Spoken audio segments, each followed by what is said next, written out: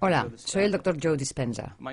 Estudié bioquímica en la Universidad Rutgers y luego obtuve mi título en la Universidad Life, cerca de Atlanta, Georgia. En los últimos 7 años me ha interesado mucho el estudio de la remisión espontánea de enfermedades. En otras palabras, casos de personas diagnosticadas de afecciones como cáncer, diabetes o raros trastornos genéticos para los cuales la medicina no tenía cura. Estudié a gente con trastornos cardiovasculares como taquicardia o arritmia, hipertensión, a gente que tenía elevados niveles de colesterol, enfisema, problemas endocrinos como trastornos tiroideos, y me interesaba saber si existían factores en común entre estas personas. Y descubrí que todas las personas que experimentaban una remisión espontánea tenían 4 cosas en común. La primera era que cada persona aceptaba y creía que había una inteligencia divina que controlaba su cuerpo. Puede que algunos le llamen inteligencia espiritual y otros digan que es una mente superior o una mente más profunda, pero todos aceptaban que había una inteligencia mucho más grande que ellos. Aunque a esta inteligencia mística la llamamos inteligencia espiritual, en realidad no tiene nada de mística. Es la misma inteligencia que hace que tu corazón lata en este momento. Tu corazón bombea 7,5 litros de sangre por minuto, más de 378 litros de sangre por hora, late 100.000 veces al día, 40 millones de veces al año y más de 3.000 millones de veces en una vida. Bombea constantemente sin que tengamos que pensar en ello conscientemente. Si consideramos eso, hay un orden, hay una inteligencia que nos da vida, que mantiene el latido de nuestro corazón. Es la misma inteligencia que digiere nuestra comida, que la descompone en gases y nutrientes y la organiza para reparar el cuerpo. Todo ello sucede sin que lo pensemos conscientemente. Y estas personas empezaron a entender que había una inteligencia a cargo de su cuerpo que era superior a ellos, que realmente sabía más que ellos. Y que si conseguían conectarse con esta inteligencia, quizás se encargaría de curarlos. Cada segundo perdemos 10 millones de células. Y en el segundo siguiente producimos otros 10 millones de células. Nosotros no pensamos en hacerlo. Tú y yo somos seres con libre albedrío. Pero hay un orden, una inteligencia que lo hace por nosotros. Cada célula del cuerpo, de los 100 billones de células del cuerpo físico, cada célula experimenta 100.000 reacciones químicas por segundo. Si eso lo multiplicamos por los 10 billones de células, podemos ver que hay cierta inteligencia que nos da constantemente vida. Ahora, lo interesante de esta inteligencia es que tiene una voluntad independiente de nuestra voluntad. Nos da vida constante y sistemáticamente. Su voluntad trasciende nuestra voluntad. Su mente trasciende nuestra mente. Y mantiene un orden en el cuerpo físico. Un ejemplo serían las enzimas activas en el ADN de las células. Hay 3.200 millones de ácidos nucleicos en los genes de una célula. Esta inteligencia envía proteínas a lo largo de los ácidos nucleicos y corrige las mutaciones para que no nos descompongamos. Si pensamos en esto, esta inteligencia nos da vida constantemente. Y estas personas dijeron, cabalgo en la espalda de un gigante. Y si puedo aprender a conectarme con esta inteligencia, ella me sanará. Eso es lo primero que aceptaron todos. Lo segundo fue que todos creían que sus pensamientos, su modo de pensar, su mentalidad a la larga contribuía, de hecho, a su enfermedad. Y dijeron, si mis pensamientos contribuyen a mi enfermedad, tal vez deba cambiar el modo de pensar que tuve estos últimos años.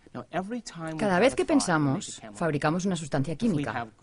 Si nuestros pensamientos son buenos o elevados o felices, fabricamos sustancias químicas que nos hacen sentir bien o felices.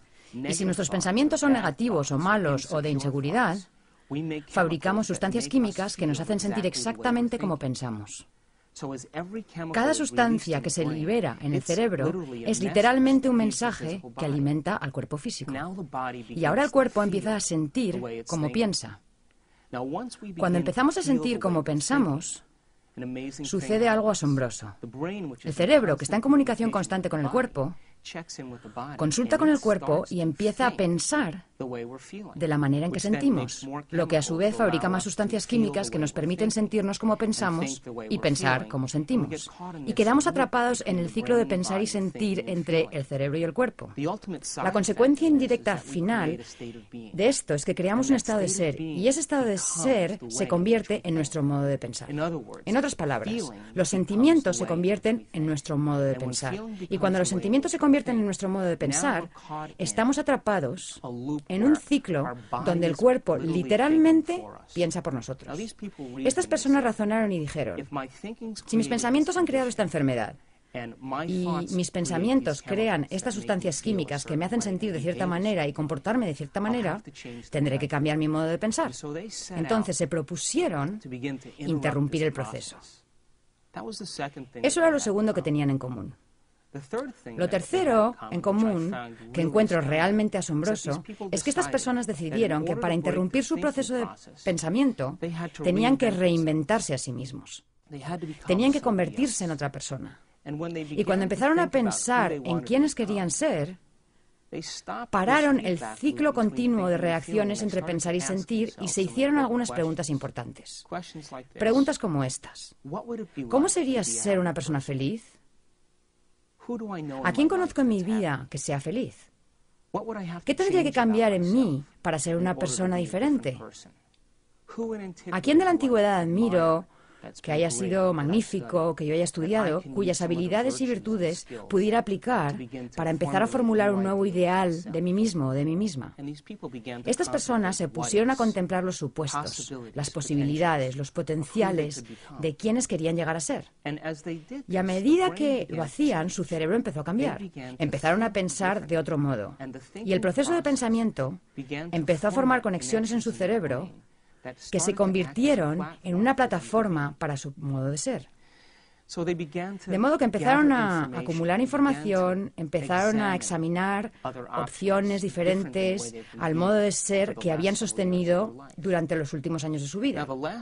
Lo último que tenían en común, la cuarta cosa, es que cuando estas personas se reinventaron a sí mismas, pasaban largos ratos sin tener noción del tiempo y del espacio. En otras palabras, se hallaban tan absortas en lo que estaban pensando, tan sumidas en su metamorfosis, que cuando abrían los ojos, o encendían la luz de la habitación, o se destapaban los ojos, les había parecido 5 minutos, pero había pasado 1 hora y media o 2 horas. Y se habían sumido tanto en lo que pensaban que perdieron la noción del tiempo y del espacio. Perdieron la noción de las reacciones continuas que se dan entre el cuerpo y el cerebro.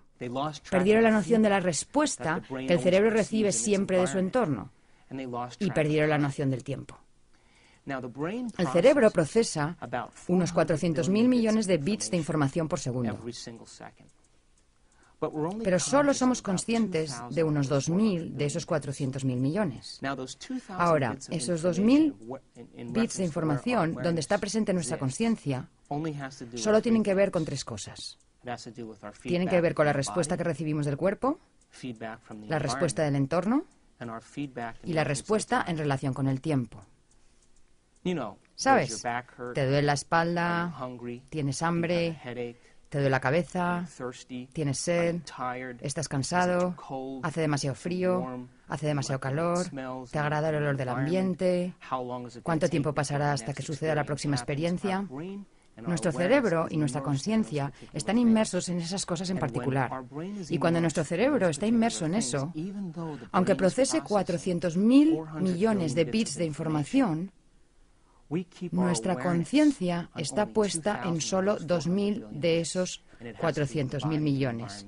Y tienen que ver con el cuerpo, el entorno y el tiempo. Estas personas que tuvieron remisiones espontáneas trasladaron su conciencia desde esas cosas en particular hasta esos otros bits de información. Y al hacerlo, como lo estamos empezando a aprender desde una perspectiva científica, en ese momento el cerebro empieza a diseñar circuitos nuevos y nuevas conexiones.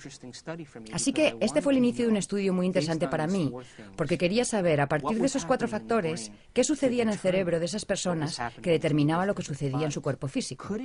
¿Sería posible que hubiera cambiado su mentalidad y que el cambio de mentalidad tuviera un efecto fisiológico en el cuerpo físico? Algunas de estas personas no eran vegetarianas, no usaban cristales, no ayunaban, no acudían a terapias alternativas. Lo único que hicieron fue cambiar su mentalidad. Y al cambiar su mentalidad, se produjeron resultados tangibles en sus vidas. Entonces inicié el proceso de entender cómo el cerebro crea nuevos circuitos y nuevas conexiones. Ahora, quiero hablar un poco acerca de cómo ha progresado la ciencia en los últimos 200 años y lo relacionaré con nuestra comprensión del cerebro. En el siglo XVII vivió un hombre llamado Descartes. Era un científico francés. Un día estaba sentado junto a una fuente y trataba de entender la naturaleza de la realidad. Sentado junto a la fuente dijo: vaya, me cuesta integrar estas dos ideas. Hay un mundo objetivo, un mundo al que él llamó la esfera de la ciencia, donde las cosas se comportan como una máquina. Dijo: la Tierra y todas sus leyes y toda la realidad física se comportan de manera muy física. Y esas características físicas son muy predecibles y muy repetibles. Y dijo: voy a llamar a eso la esfera de la ciencia. Y cualquier cosa que tenga que ver con lo objetivo o lo muy grande, lo puede estudiar la ciencia. Y luego dijo: cualquier cosa que tenga que ver con la mente o con nuestro mundo subjetivo o la realidad subjetiva, se lo voy a dejar a la religión, porque la religión lo maneja mejor. Y lo que Descartes estaba diciendo realmente era que quería tener la libertad de poder estudiar la ciencia sin tener que lidiar con esos otros asuntos. Así que la Iglesia empezó a centrarse en todos los principios del mundo subjetivo y la mente. La Iglesia pasó a ser siempre la mente, nunca la materia, y la ciencia siempre la materia, nunca la mente. Las cosas funcionaban realmente bien, porque hasta ese momento la Iglesia, al inmiscuirse en la ciencia, había causado algunos problemas, y la ciencia, al inmiscuirse en la mente, también. Porque si nos fijamos en Bruno o Galileo, vemos que al hacer sus singulares observaciones, desafiaron a la Iglesia y, por supuesto, encontraron algunos baches en el camino. Esto le vino muy bien a Descartes porque solo tuvo que lidiar con asuntos predecibles, pues era científico por naturaleza. No quería lidiar con la influencia de la Iglesia, porque si vemos la historia, si estudiamos a Galileo Galilei o a Giordano Bruno en años anteriores, cuando dijeron que la Tierra ya no era el centro del universo, fueron perseguidos por la Iglesia porque iba en contra de las doctrinas mismas que regía la Iglesia. Así que Descartes ahora tenía la libertad para estudiar la naturaleza de la realidad. Y las cosas funcionaban muy bien, y a través de la observación empezaron a desarrollarse las leyes científicas. En el siglo XVIII apareció Isaac Newton, y Newton básicamente dijo que hay ciertas leyes definitivas a las cuales podemos atribuir realmente un valor científico. Él sabía que la fuerza, la masa y la aceleración están relacionadas. Y Newton dijo: si conozco el punto de partida de algo y conozco su velocidad o su aceleración, puedo determinar hasta dónde va a llegar. Y gracias a Newton podemos enviar un cohete a la Luna si sabemos la distancia de la Tierra a la Luna, la rotación de la Tierra y la velocidad de ese cohete. Gracias a las leyes y a la física newtonianas, podemos hacer algunas cosas muy específicas basándonos en las leyes de lo muy grande y de lo muy objetivo. Y las cosas iban muy bien y la ciencia siguió surgiendo. En el siglo XIX aparece Albert Einstein, que luego presenta su teoría de la relatividad y su teoría de la luz. Einstein dijo básicamente: nada puede viajar más rápido que la velocidad de la luz. Cualquier cosa, como un objeto o materia que viaje más rápido que la velocidad de la luz, finalmente se convertirá en energía. Debido a sus leyes y a su comprensión de la relatividad, hizo que surgieran comprensiones aún mayores acerca de la realidad objetiva. Cuando Einstein publicó sus artículos, lo más asombroso fue que su información no tenía realmente notas de pie, lo cual dejó atónitos a la mayoría de los científicos de su época. Fue un visionario y entendía cómo funcionaban las cosas porque usaba su mente. Y las teorías de Einstein llevaron a la ciencia a un mayor grado de aceleración. Y después de eso, Einstein empezó a trabajar con el principio del efecto fotoeléctrico. Lo que hizo fue aplicar corrientes eléctricas muy fuertes a placas de acero. Quería ver la energía que emitía en cuanto a electrones, protones y neutrones. Cuando